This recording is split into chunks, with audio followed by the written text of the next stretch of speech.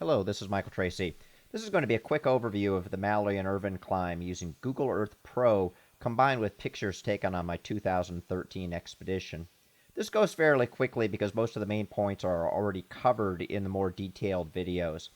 But here I am going to get into the location of the ice axe and Irvine's body. So the climb started here at Camp 6, and they head out onto this terrace, which is close to where this picture was taken. The weather was clear on June 8th prior to 10 a.m., so Mallory would have had a view similar to this one. He could scout out the ridge for potential ways up the second step, and he could see off on the right the route that was previously identified by Norton as the zigzag route.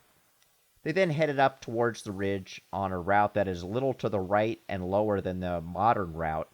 After about 2 to 2.5 hours of climbing, they are approximately at the first step, which is where they would cache their first set of oxygen bottles. If they went with 5 bottles combined, they would cache 1 bottle. With 6 bottles total, they would have cached 2.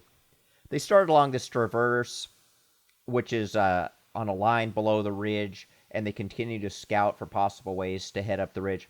Shortly before the couloir, they see a way up to access the Norton zigzag route, and they cache another set of oxygen bottles. At this point, they are both carrying 1 full bottle of oxygen. These are various views of the zigzag route, which I covered extensively in other videos, so I'm going quickly here.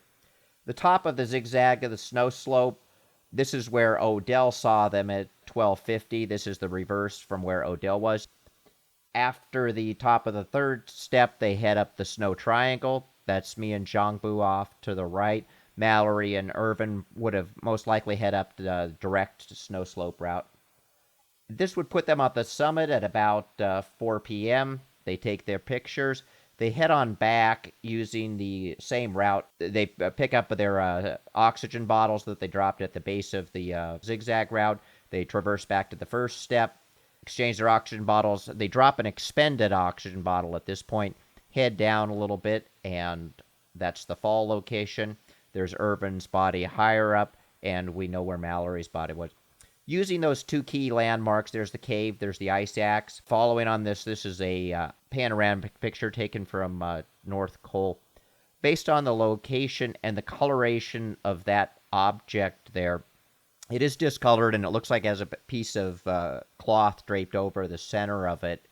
It is in a gully location that would frequently be covered with snow. The snow here is very light. It also corresponds to a description that was given by an earlier Chinese climber who described a shortcut route he was taking descending from above the first step. That location is along that route, and I believe it was identified and searched previously, but because of the gully location, even a small amount of snow above what was put in this picture would make it impossible to see the body.